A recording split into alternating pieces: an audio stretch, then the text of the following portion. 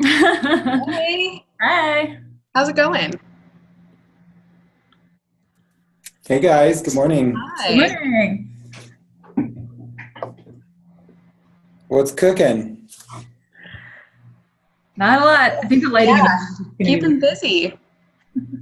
Okay, hang on. Eve, I'm gonna see what happens when I change the host to you, setting to you, okay? weird. Okay.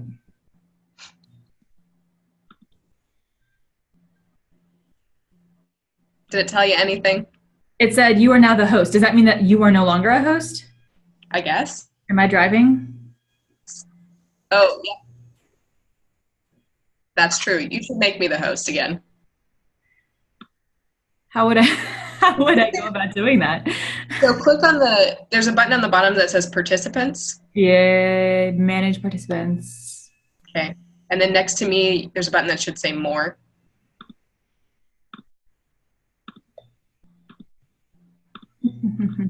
There isn't.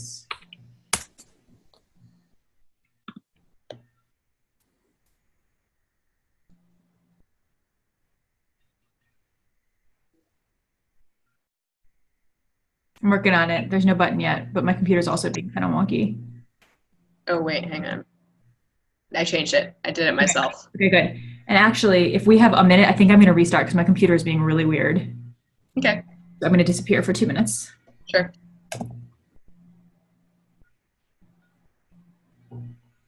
Paul Michael, what's going on with you? Um, what is going on? I just did a big project for the museum where I got to travel around southern Utah, and that was really fun. You got to trail run, you said? Travel around, like we traveled with the Utah Symphony, and we went to some national parks, and the symphony played music like in the middle of like nowhere places that were beautiful. Oh, that's cool.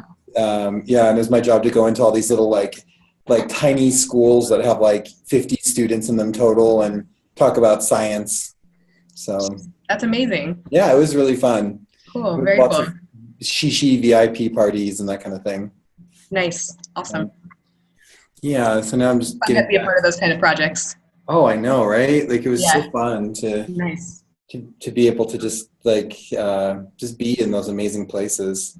Yeah. Have you been down to southern Utah before? Yes, it's beautiful. Mhm. Let me give a quick hello to everyone who's joining. Welcome. You are welcome to turn on your video like Paul Michael and I are catching up here if you would like, but no pressure. Audio is just fine too. We'll get started in just a couple minutes, so we'll let everybody sign on, and then Eve will be joining as well. She's just restarting her computer. So we'll get started in a couple minutes. This Zoom thing is really cool. This is the first time I've done it. I really like it. The Zoom, yeah, we switched platforms recently and we're still getting used to all of the ins and outs of it, Mhm. but I think overall it's pretty easy to use. Yeah. Hey. And it's a lot simpler than the last one we were using. Yeah, it's Yeah, great. knock on wood. We'll see if it goes without too many glitches here. But I think it's nice for these kinds of meetings, and you can or can't do video if you want, and so it's pretty easy.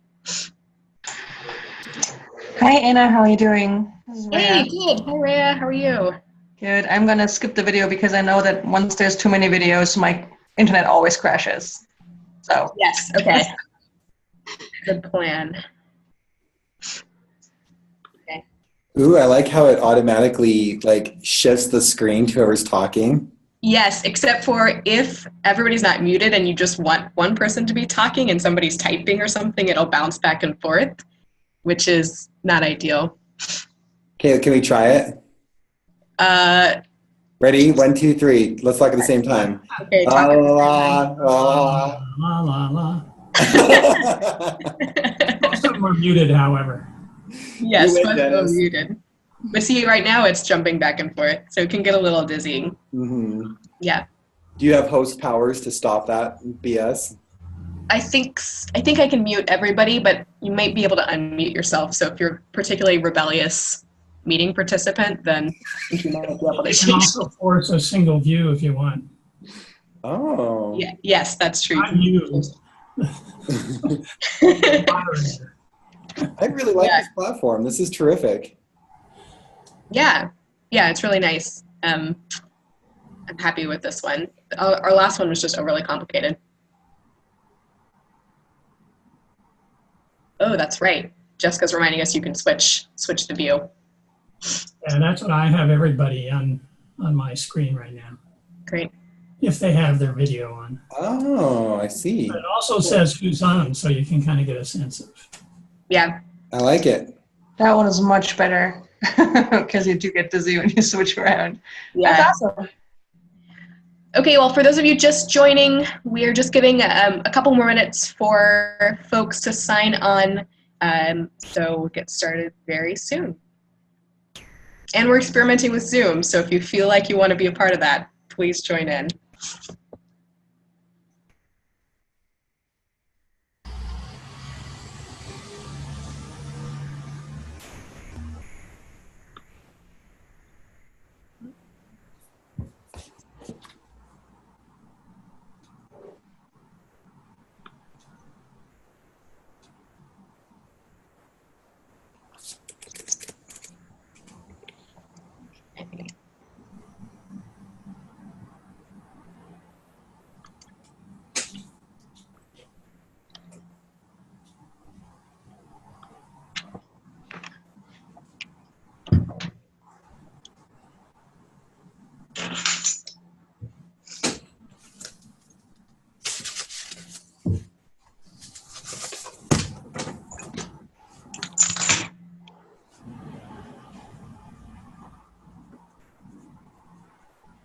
All right, so my co-host Eve here should be on in a second, or perhaps she's coming up here. So one moment. Yeah, I think once we get started, we'll mute you all, but You can try. too much. But then we'll at the end we'll unmute everybody. So if you have some questions.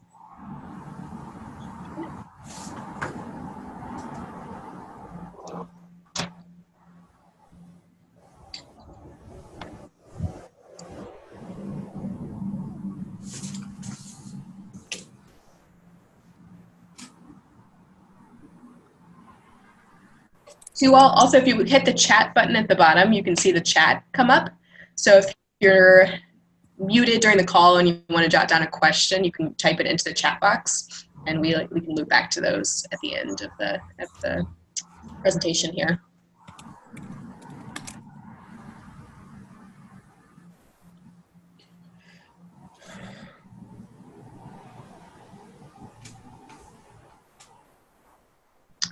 Okay, I think that we'll go ahead and get started.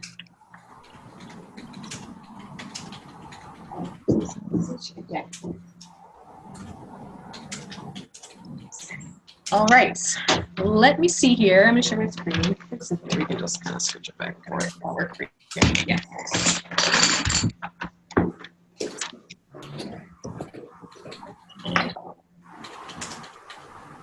All right. So I'm going to go ahead and share my screen, and as I said, I'm going to go ahead and mute you all for now.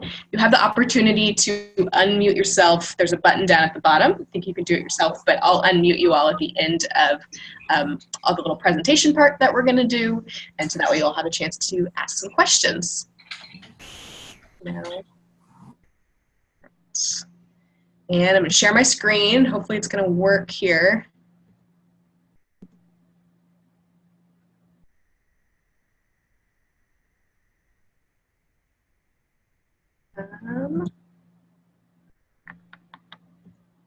Perfect. Can you all give me a thumbs up if you can see the slide? Yes, thank you. Awesome. Great.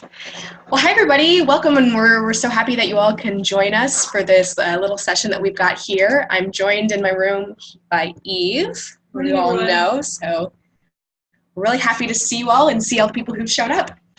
And we're excited to have the opportunity to talk with you all about sort of a big picture view of PoPNet, and specifically what we've accomplished over the past decade of the project, which has been a lot, and what's on the horizon for the work of the network in the next coming years. So many of you have heard about some of these projects. We've had either some informal conversations with you all or some more official things that have gone out through the newsletter, through the listserv, and some pieces like that. But this is going to give us an opportunity to give some updates on those projects, give you some more details, and let you know specifically how you all might be involved in some of this work going forward, and give you a chance to ask some questions. So Eve and I are going to give some updates through this little presentation here. It's pretty informal. If you do have some questions that come up, feel free to chat, put them in the chat box. We will loop back around to them at the end if we don't answer them while we're talking. But at the end, we'll also just open it up to audio questions. So if you're on video and you're using your computer audio, or whether you're on the phone, that'll give you the opportunity to chime in and we can have a little bit of discussion about it. So let's go ahead and get started. We first wanted to just take a few minutes and talk a little bit about the success of this project and all the things we've accomplished, because there is a lot of work that we as a network, that you all have been doing over the past 10 years, that you all are accomplishing individually at your sites, that the original project creators, Dennis and Kristen and Lauren and some of those folks that a lot of you all have worked with and continue to work with have done. And this wonderful project that Eve and I have been able to inherit and kind of move forward. So it's been some pretty incredible work. So just as a sort of a celebration of some of those things, Portal to the Public as a model for partnering with scientists and a network of institutions has done incredible things. So we have been funded over the past 10 years by 3 major federal grants. Right now, this turning point is that we're wrapping up this 3rd large grant. It's a broader implementation grant from the National Science Foundation. And what that's allowed us to do, this grant in particular, is to expand the network to, at this point, 60 organizations across the country and 1 into Canada, so across North America. We're really thrilled with this. It means that you all, PoPNet organizations, now exist, I believe, in 27 states, and the District of Columbia, and 1 in Canada. So that has been some pretty significant expansion over the past 10 years, and we're really excited with what that's accomplished. You might also know that a part of this latest NSF funding has been to expand the kinds of institutions that we're working with beyond just the core Science Center crowd that we worked with originally. And so at this point in time, we work with, let me check my notes, 44 science centers, natural history museums, and children's museums, 4 universities and university groups, 2 botanical gardens, 7 zoos or aquariums, and 3 research or professional organizations. So we really have started to see a kind of diversity of institution type within the network. And it's been really interesting, I think, and rewarding for us to see both how POP works in these kinds of institutions and allow you all to connect with some other folks who aren't necessarily in that same core field as you all, which has really been able to allow us to kind of innovate around the work that we're doing, I think. You all have also worked with over 1,000 scientists and across our various sites. We don't track the numbers precisely, but we know from some estimates of evaluation that we've done in the past that it's over 1,000, so that is significant. And for some of you, you've worked with hundreds on your own, which is amazing. And you've also put on hundreds of public programs at your museums and on your campuses, and we've even had POP public programs in farmers markets and at science festivals and even in malls. So we're really kind of expanding the kinds of ways that we see POP scientists participate with public audiences. We're really excited for the significant impact that this project has had on the field as well. I mean, certainly we've seen POP start to have some improvements in the field of scientists and how scientists think about outreach, and we feel like this project has had an opportunity to contribute to that. So we've really become a recognized name in the informal learning field, thanks to the work that you all are doing, and with scientists themselves. So some of you might have seen this before, but I wanted to draw out a couple of examples of things that we heard from scientists through the summative evaluation, and these were scientists that participated at a couple of sites, not Pacific Science Center, about their experience with Portal to the Public. This is kind of long, so I'm going to read it because I think it's really fantastic. This participant said, "I've always dreaded the question, so what do you do at parties, because I've struggled to answer it in a coherent way. I become so much more comfortable talking about science, estimating how understandable my dialogue is, and making my science interesting to the public. not only has that helped me with adults, but now I know how to tailor it to anyone, children, young adults, grandparents. Because I'm more comfortable now, I'm out there communicating more and encouraging others to do the same. So I think, a lot of this POP work has really helped shift attitudes towards outreach, not on its own. There are a lot of projects like this out there, but we've kind of helped nudge this positive attitude towards outreach, which we're really proud of. The second quote from a scientist that I really love, this one says, "Oftentimes I feel burnt out when I get into the nitty-gritty of my research. Preparing for these public engagements re-energizes my love for what I'm doing." So not only are they seeing the importance of communicating, feeling more comfortable, feeling like their skills are advancing, but it's helping, I think, a lot of scientists feel more excited, more enthusiastic about the work that they're doing. Because when you're talking to a non-expert and they get jazzed about the things that you're doing every day, that makes a difference.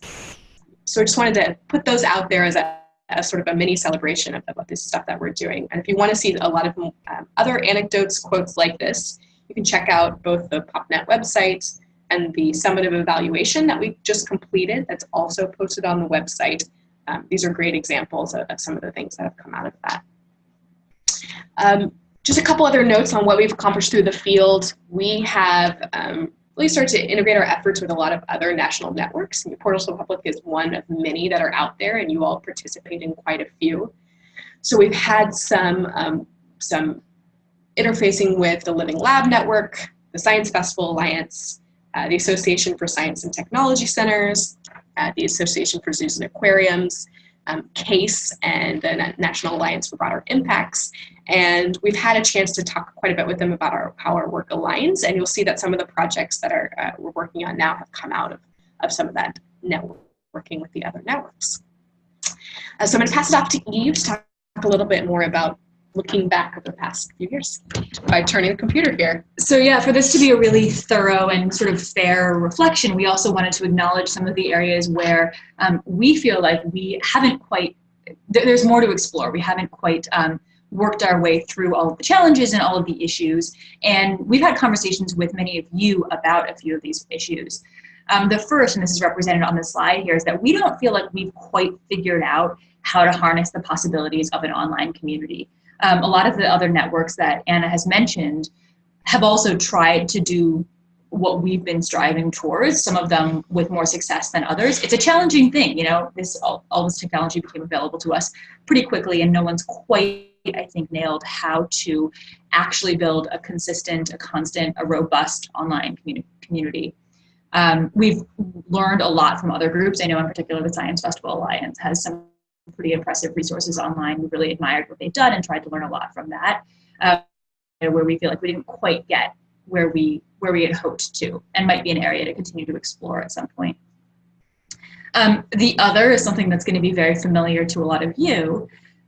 We know that sustainability at individual sites has been an ongoing challenge. And we've spent a lot of time talking to individual sites and thinking about how we can support each group. We know that certain things, staff turnover is a key one. Certain things are inevitable. And some of the initial resources didn't recognize, there was no way for them at that point to realize how big of a challenge that would be. So now we've started to try to think more about what we as a network can do to support each individual network site through issues like staff turnover, shifting institutional priorities, a shifting economic climate, et cetera. All of the things that are challenges for sustainability of any program, not just Portal to the Public. Yeah. Great. Okay. So, as I mentioned early on, we are wrapping up this second National Science Foundation funded portion of the PoPNet project overall. And the major area of work that we've been taking on over the past several months, and that we will be wrapping up over the next few months, is this updated Portal to the Public manual. And I know that a lot of you all are familiar with that because, number one, we've been talking about it quite a bit, but number two, most of you are participating in this in some way, which is fantastic and really just how it should be. So we've been reaching out to you all. Some of you are working with us through mini grants to develop some new materials for the manual and some new professional development elements that we're excited about. Some of you are participating through contributing content for case studies, and some of you are participating by sitting on a review team team that's working with us to help shape some of the content for the manual that doesn't fall into those other categories. So we're really excited about this. The updated manual is designed to both be a tool that is going to be useful for new organizations that want to start to implement the POP framework, but it's also designed to include a bunch of new resources and new components that are going to be really helpful to you all as you continue to grow and hone your portal to the public projects at your own sites. So right now on the screen, you can see just a couple of little snapshots. We're still in the earlier stages of working with our designer on the project, but some of the things that we're going to have in there that we're really excited about. So some of those include some new case studies, as I mentioned, and specifically we're going to have some scientist case studies in there to get their perspective on their experience participating. We're also going to be able to include now about a decade's worth of evaluation into the updated manual in a way that's digestible. So these are just examples here, not necessarily what's going to go into the final manual, but just to give you an idea. So we're going to be able to talk about some of the lessons that we've learned from evaluation and how you can use that at your own sites. And we're also going to be able to showcase the diversity of institution types that are in the network. As you know, right now, all of the examples in the manual are science centers, and there's a lot that can be learned from those case studies, but it's nice to be able to go in and to read a little bit more about an institution that might look like your own. So we're going to be having some ways that we're embedding some more of that content into the manual as well. A couple other things to be excited about. As I mentioned, there's going to be new professional development elements in the manual, which we know we've heard from you is always really exciting. So there's going to be some elements around talking about controversial or difficult to talk about topics and how do you have a conversation around that. We're going to have some elements about using play and the importance of having a play and having a conversation. We're going to be having some added elements around science writing and how you might be able to work with your scientists to improve their writing abilities, specifically things that are going to be useful to your institution. So those are super exciting. We're looking forward to sharing those with you all. We are also going to be including, let's see, a greater reference to research. So over the past decade, there's been a ton that has been looked into research around science communication and these kinds of efforts. So we're really excited to include those both to bolster the content in the manual itself, but also as a way to share that with your scientist participants and show them there is real research around this kind of work and its effectiveness. And of course, we're going to have updated photos throughout the manual and a new appendix materials. Our plan right now is to only have this available as a digital version. And we think that makes a lot of sense for a variety of reasons. One, it's going to be way easier for us to distribute to you all and distribute to new folks. But also we are planning on making it easier to use digitally so that it's not going to be just one giant scrolling PDF. It's going to be a little bit easier to navigate and can kind of link to different materials throughout the manual. So we are expecting on completing this by January 2018, so here pretty quickly. As a part of this project, we'll be sharing new versions of this updated manual with each of you. So each of your institutions will receive a copy of this once it's complete, and we will continue to offer it for purchase to new organizations from the website as we've been doing in the past. Cool. All right, so this probably leaves a lot of you wondering what happens after this updated manual component is set. And we've had some chances to speak with many of you individually. And I want to say, even before I start sort of diving into some of our thoughts, we welcome and encourage you each to reach out to us to have one-on-one conversations about some of this, because this really is a community effort. And so this is how Anna and I envision things moving forward, but we would also love to hear from all of you to think about what ideas or projects you all would like to continue to pursue. So when this round of funding comes to an end in just a few months here, we've actually decided that we're not going to pursue additional funding for the core of Portal to the Public as it's grown over the last decade. And there are a few reasons for this. One of the biggest is that we have not only matched, but I would say far exceeded our envisioned trajectory for this project. We are elated and so proud and sort of humbled by how much it's grown and how much energy and excitement there's been around it and what a community we've created. And so at this point, we don't think it makes sense any longer for one organization, and Pacific Science Center in particular, to serve as the lead or to dictate the direction of the project. The second primary reason is sort of tucked into what I just said, which is that Pacific Science Center's own priorities have shifted over the last couple of years. So we are less focused at this point on our role in the national arena and much more focused on revitalizing, re-energizing the guest experience here on Pacific Science Center's campus. This is actually really exciting news for Anna, because I think, as most of you have heard, I've actually moved into a new role, and Anna is now our Portal to the Public manager here at Pacific Science Center. And the portal work here is absolutely core and central to Pacific Science Center's current strategic direction. So it's a big new role for Anna. It's very exciting and extremely well-deserved. So she's overseeing all of the work that we do here, recruiting, training scientists, and then designing this whole array of programs that connect our public audiences, our communities, with the scientists in our area. So congratulations to Anna. The other big reason that we decided to sort of almost consider this a phase and maybe even put sort of some punctuation after this phase of the project is that there are a lot of new things that we are eager to explore. 10 years ago, when Portal to the Public was a new idea, it was really looking at some sort of fringe ideas. There were already a lot of scientists working with science centers, but this idea of current science, or whatever phrase you want to use, being featured in science centers was a little bit newer. It was newer to explore what it means for scientists to directly engage in outreach. And now, of course, we see these ideas everywhere. So at this point, we've sort of shifted, and we are eager to continue to explore at the fringes and to look at what we think is sort of the next horizon that we want to help contribute to. And we'll talk about that a little bit more in a couple of minutes. So I want to share with you what that means in practice for the network, for our roles, and for how we all can continue to work together. The first key is that we are continuing to offer workshops. We're not doing any marketing around them.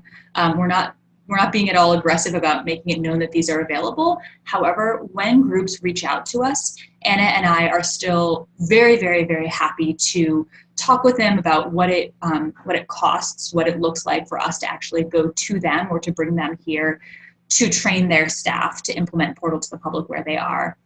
As Anna said, we are certainly continuing to make the manual available. And she and I, probably throughout the rest of our lives in whatever roles we're in, will always be more than happy to have conversations with anybody who is interested in joining the network or interested in thinking about how Portal resources can support what they are trying to do with their institutions. And the manual, again, will still be available for purchase at any time. We absolutely encourage you all to continue to reach out to us at any time. You know, many of you have become good friends of ours over the years, and we hope that we will continue to be in touch. We also hope that you all will take on the network as something that you can help guide. So we've said this on and off over the last couple of years. If there are projects, if there are grants that you want to apply for, if there are ideas that you want to pursue that you know will be enriched by other members of the Portal to the Public network, we would love to be kept in the loop, but we encourage you to go out and reach out to your peers on your own and figure out how else you can take advantage of this network of people, this network of really energized people, to explore some of these new ideas. We are always happy to help think through who else in the network might be a good fit, or to help kind of make those connections. But again, we encourage you to kind of take the lead on that and go explore those whenever they come up. Let's see. A couple of other things. We are going to continue to host the website for the foreseeable future. So as I was saying a little bit earlier, there are quite a few resources on there. It's not as robust a resource as we wish that it was, but we are still open to other ideas. So if you are exploring on that, or if you're one of the folks who actually find that to be an extremely useful tool, tool for you, A, that's awesome, let us know.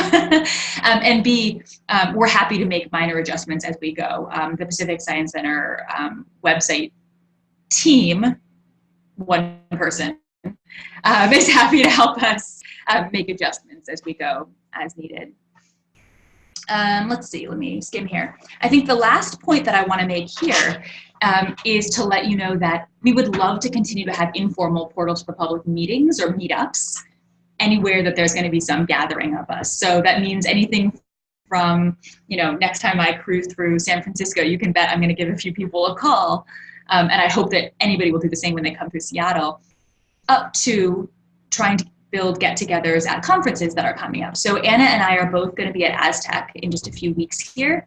And you'll hear from us shortly that we are going to have an informal meetup probably that Sunday evening. So mark your calendars. It's going to be something super casual, again, somewhere just in a restaurant. We'll let you know the details. But we would love to see you all there. And we hope at, for example, AZA, at any of the other conferences, even if we're not there, we hope that you will take the lead on organizing something informal, just some kind of get together. Okay, cool.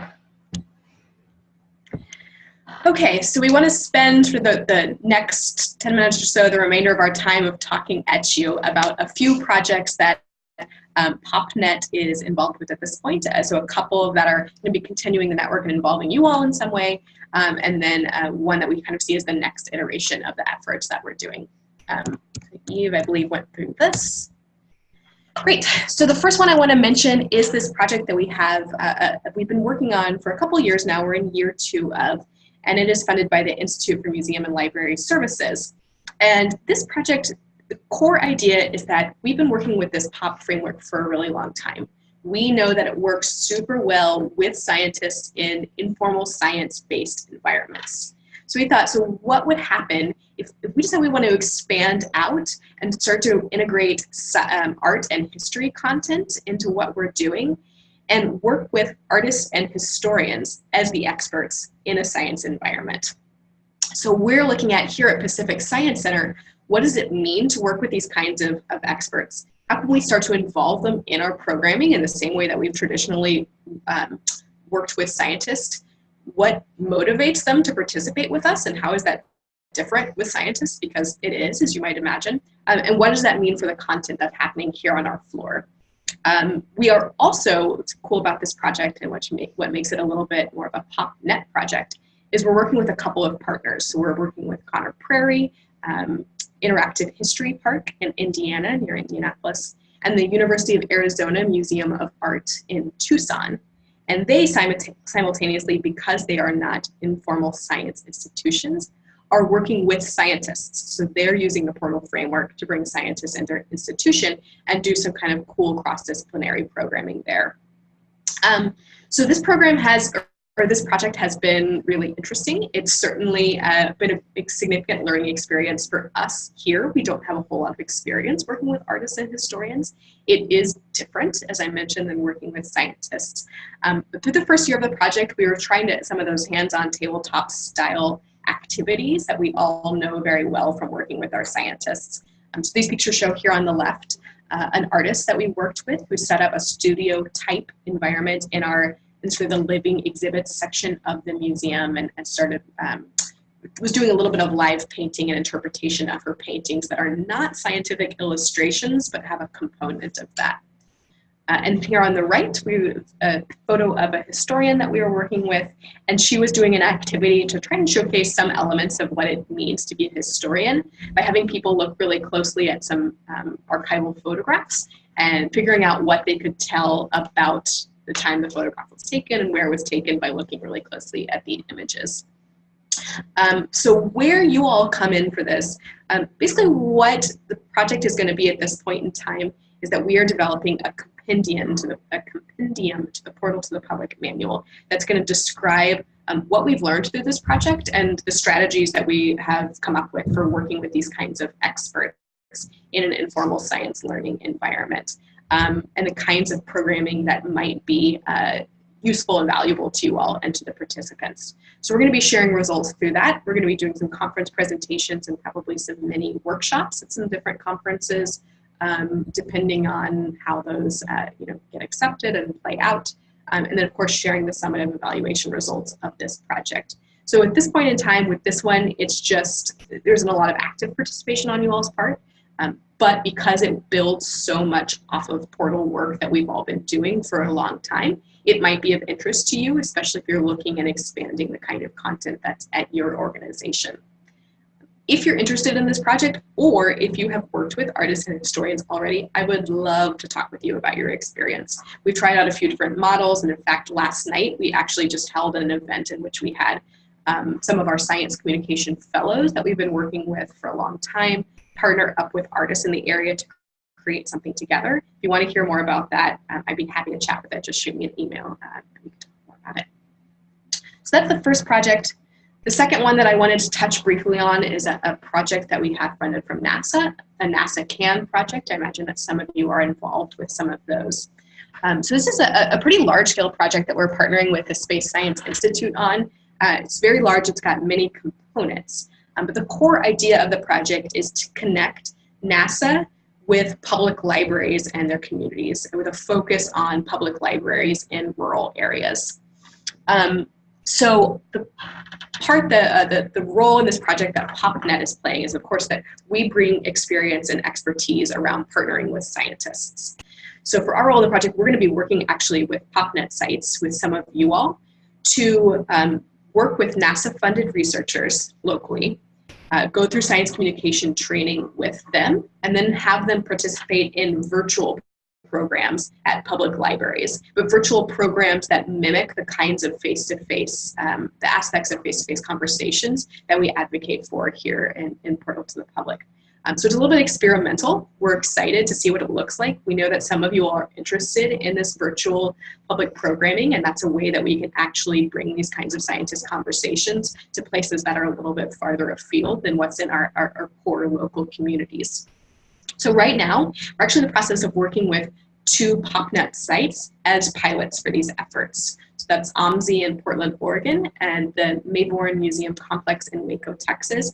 They're just kicking off efforts here to kind of help us work out the kinks and see what does it actually mean to start to work with these, work with scientists regionally and then, or scientists locally and then libraries regionally to try out this virtual public programming. But where you all come in is that we want to kind of figure this out, see exactly what it's going to look like. We're going to be opening up another mini grant opportunity to the network, probably in spring or early summer 2018, for you all to do these same things in your region. So if you're really jazzed about working with NASA researchers, if you have connections with libraries and you're really excited to strengthen those connections, or if you're really excited about working with the virtual program, this could be a super good opportunity for you all to try. So stay tuned for that one. We'll be sending out more information as it develops, but we're excited to be a part of this project. All right, and last but not least is the next really, I think, major project that we've taken on. And I mentioned earlier that Anna has shifted into the role that I was previously in, and that's because I have now moved over to leading this next project, which some of you have already heard a bit about. It is called, well, it's called Partnerships for Broader Impacts Design. We are just referring to it colloquially as the BID team project. BID is Broader Impacts Design. And we really modeled this project after the initial Portal to the Public grant, those many years ago. So our idea here is that we are experimenting with a model that we have in mind at 3 test sites, although in this case, each test site is a partnership. And so all the different institutions are listed here. In Madison, Wisconsin, we have the University of Wisconsin at Madison, and their partner site is the Wisconsin Institutes for Discovery. So it's a university and an informal science education entity. Here in Seattle, we have Pacific Science Center and the University of Washington, Bothell. And then in Ithaca, New York, we have Science Center and Cornell University. So at each of these 3 sites, and then our research is taking place at Oregon State University. So the project is looking at the possibility of designing really robust institutional partnerships between these universities and their adjacent either science centers or other informal science education institution around the idea of long-term partnerships for broader impacts. So Many of you are familiar with this idea of broader impacts. Any researcher who receives National Science Foundation funding has the expectation, the requirement, in fact, that in addition to their core research, they will also do something that has broader impact on society. And that doesn't always mean outreach, but it often does. And of course, that's the area where science centers, informal science education institutions, can step in and help. We have a lot of expertise in what that can look like. So the hope here is that rather than those sort of one-off, ad hoc, last-minute broader impacts collaborations that many of us have experienced, those 11th hour calls out of desperation saying, oh my God, I was supposed to do this, help. Yeah, I see Paul Michael cracking up.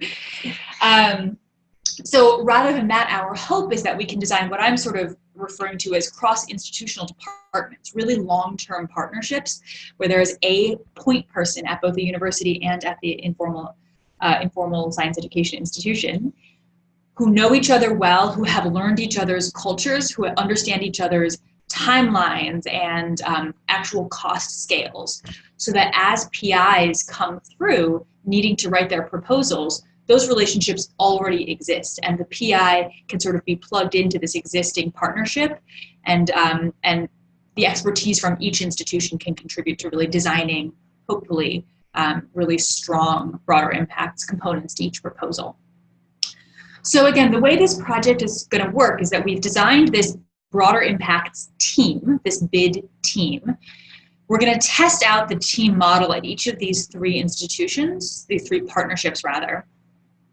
We're going to be designing some tools then around the actual partnerships themselves and around the design of broader impacts activities. And this is where you all come in. We, in the next year, year and a half, are going to have sort of prototype tools that we would like help testing. So we will be reaching out. The exact mechanism isn't clear yet. It may be an application process, but we will be reaching out, asking 3 additional partnerships to take on the tools that we've developed, try them out, work with a series of principal investigators at your sites, see how they work, and then help us refine those tools. The ultimate goal after the 3 years of the project is that we will have a disseminatable, flexible framework, this probably sounds familiar, that we can share out across the country for other either science centers, informal science learning institutions, or universities who want to establish this kind of robust partnership. And the research that we're doing, really the knowledge building that we're doing through this project is focused on the nature and functionality of the partnerships themselves and on the motivations of each team member. So what is the motivation? What are the impacts on the person at the Science Center or at the university or at the Boys and Girls Club down the road, if that's where we go with our informal science education institutions? What are the motivations of the PI? What makes them want to work with this team? And maybe most importantly of all, does this change their impression of broader impacts? Does this change their understanding of what those impacts can actually be and what impact that can actually have on the community? So again, we will in the nearer term be looking for 3 additional partnerships to help us test out some of the tools that we design. And in the long term, we hope to have some new resources that we can share out for other folks who are looking to do this kind of work. Needless to say, I'm eager to hear from any of you to get your thoughts on this, to sort of brainstorm with you. This is now my almost full-time focus. I'm working closely with Dennis Schatz.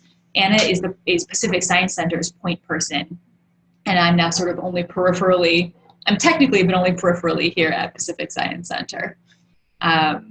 So I'm going to leave it there for now. Obviously, I have a lot more detail I could share for anyone who's interested, so I welcome and encourage you to reach out if you have any questions on that. Cool. So I just want to wrap by saying a quick thank you. Getting to work with Portal to the Public, you can go to the next slide, I think. Getting to work with Portal to the Public has been truly one of the best and most exciting and most sort of humbling experiences, I think, of our professional lives. And we sort of say it could be the most exciting thing we ever get to work on. getting to know you all, getting to see what this can do for your institutions, and what it's done for the science communities in our areas as well has been really just incredible and a huge honor and a ton of fun. So thank you. We don't want this to seem like an ending, because A, we're going to leave some time for Q&A if there is any, and B, we hope to see you all before too long. Some of you at Aztec, others of you as you travel through our areas or we travel through yours. But we really do just want to thank you all for your energy and your excitement and your ideas. And I'm eager to see, you can make room. And again, I'm eager to see sort of how this network can continue to flex and grow and shift and work together. There are some really incredible brains on this idea. So thank you all. And so with that, we do want to leave some time for any questions that you all might have. So as a reminder, you can type your questions, and we will read them out loud and then do our best to answer them. So at this point in time, I'll look at the chat to see if you all have stuck any questions in here. I see that there are some comments, which is great. If you should have the ability to unmute yourself at the button at the bottom of your screen. So this is super informal. If you have a question, go ahead, unmute yourself and give it a go. Okay, I go. Hi, this is Freya. Hey, Freya. Eve, I'm actually doing something with like the broader impacts, pretty much exactly like you described it right here in South Dakota. We don't have one partner institution. Our kind of partner institution is South Dakota EPSCoR, but we're working with 11 higher education institutions in South Dakota, basically all of the ones we have. Yeah, wow. And so we're trying, this is one of our ideas how to make this sustainable for us, that we have to be written in grants for the broader impacts for the PIs. Right. And one of the perks for them, not only with the science communication that we're doing, is we're developing curriculum modules for middle and high school teachers that feature the science of the researcher. That's very cool. Well, if you're game, I would love to set up a call with you just to chat a little more and learn what you've tried and share with you a little bit about what we're envisioning. Yeah, that would be awesome. Cool. That sounds fantastic.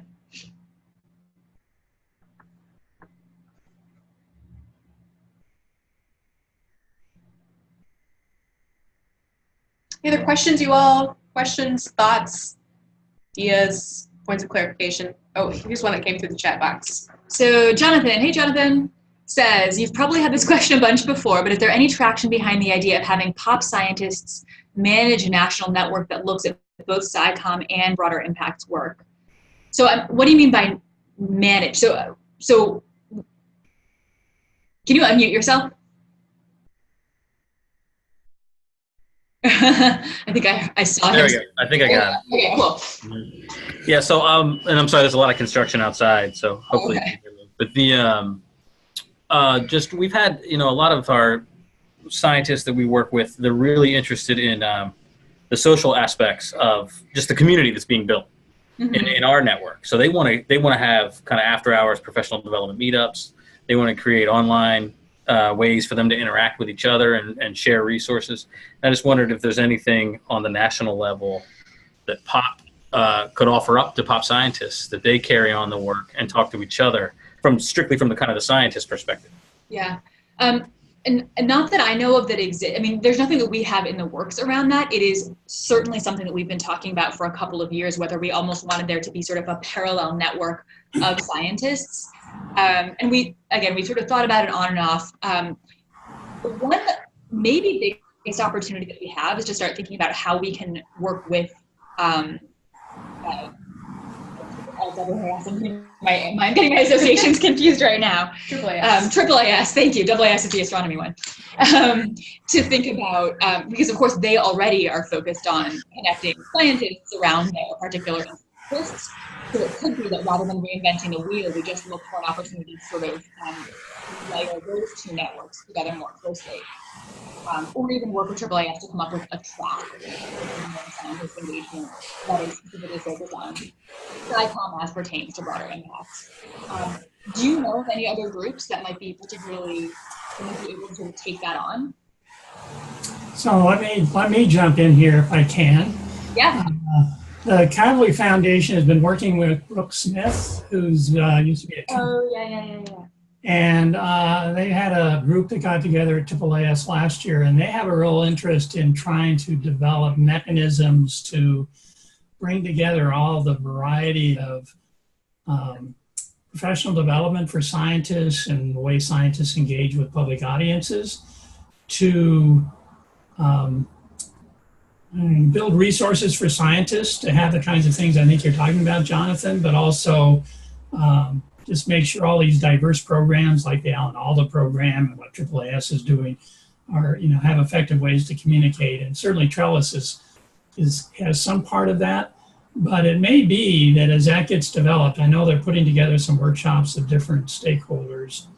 I think that's the kind of thing they would like to hear about, and we just need to make sure that as that moves forward, I think that one of the things that at least is in my mind is that they have talked is how do we use what they want to do and maybe the funding they can bring to bear that would have a national kind of scope to provide resources for scientists. I mean, while I have the window, I guess I'll put it that way, I too want to thank everybody for what's been a wonderful experience for 10 years. And we too are saying, how can we keep the PoPNet, the network, continually active? And how do we tie it into these other projects? So that's something that's still it still needs to be determined, but it may well be that what the Kavli Foundation and other groups are doing will allow for that. So that's one thing to keep an eye on. And I don't know if other people have had any conversations with Kavli, with Eric Marshall, or with Brooke, but you might be hearing from them. How do you spell Kavli? Kavli. Okay. It's in Los Angeles. Okay. And one of the things I heard in what Jonathan asked about, I think is a very good point, which is that in addition to the idea of making resources available to these scientists, we also really should be exploring a way to build community around it. I think, Jonathan, you were referencing sort of the social aspect of it. So it's not just letting them know what tools and training and other resources are there, but also sort of the validation and support that comes along with conversations and reminders that their peers do value this stuff, even if sometimes their immediate supervisor doesn't. So yeah, we should all continue to kind of think about and look for places where that either is happening or could be happening.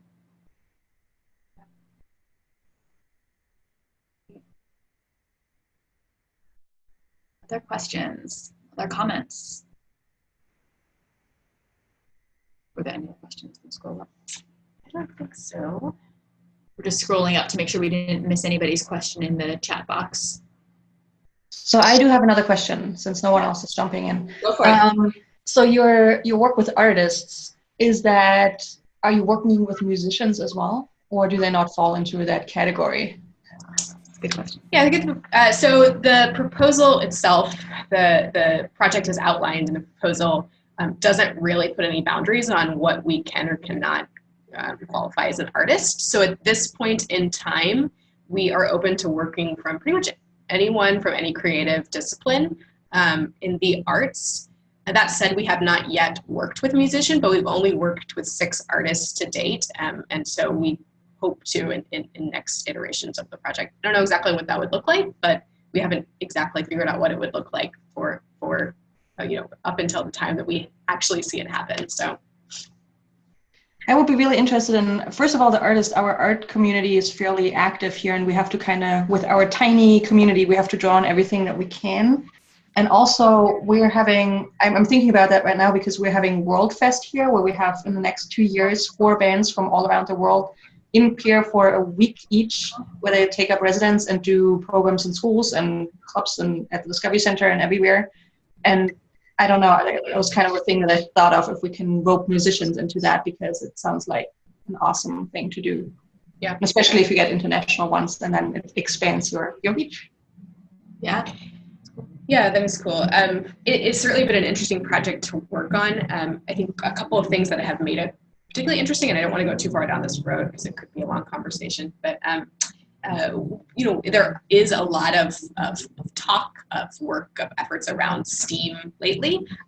So we're trying to figure out what sort of niche can POP occupy that really brings our expertise of working with experts, so that it's not just about art and science and, you know, doing science-themed art projects and things like that, but it's something that's sort of unique and adding to the body of work that this is doing. But also, how can we work with artists who are not, you know, scientists are told that they're not very good at talking about their work, and so they've got sort of that motivation, but two, often obligated to participate in outreach opportunities.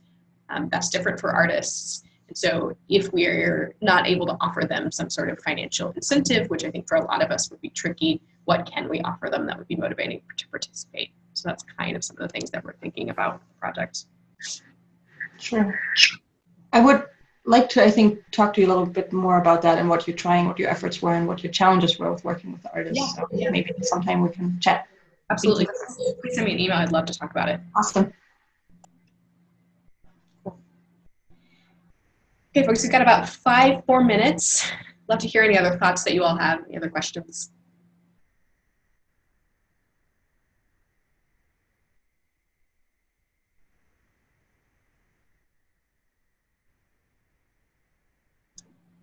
I take the sign of there being few questions that we just explained. We covered everything. Covered it all.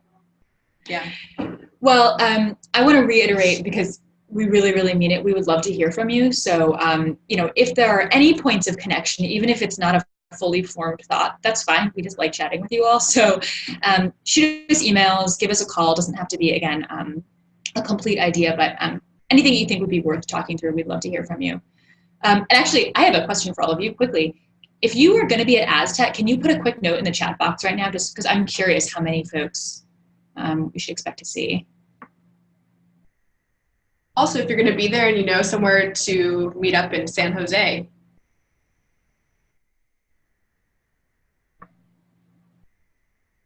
Oh, Tony will be there. Yeah. Hey, Tony. Oh, this is awesome. Okay, cool. Great.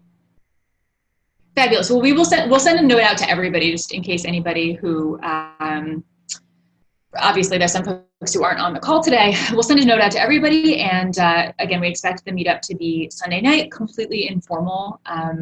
If there are other upcoming meetings that you'd also like to help put together a meetup for, and you want our insights on what that could look like, we're happy to help organize. So let us know, even if we won't be there. And as Amy reminded us before I think she ducked off the call, AZA is in Seattle in 2018. So we'll plan on having some sort of meetup for our Zoo and Aquarium folks then as well. Perfect.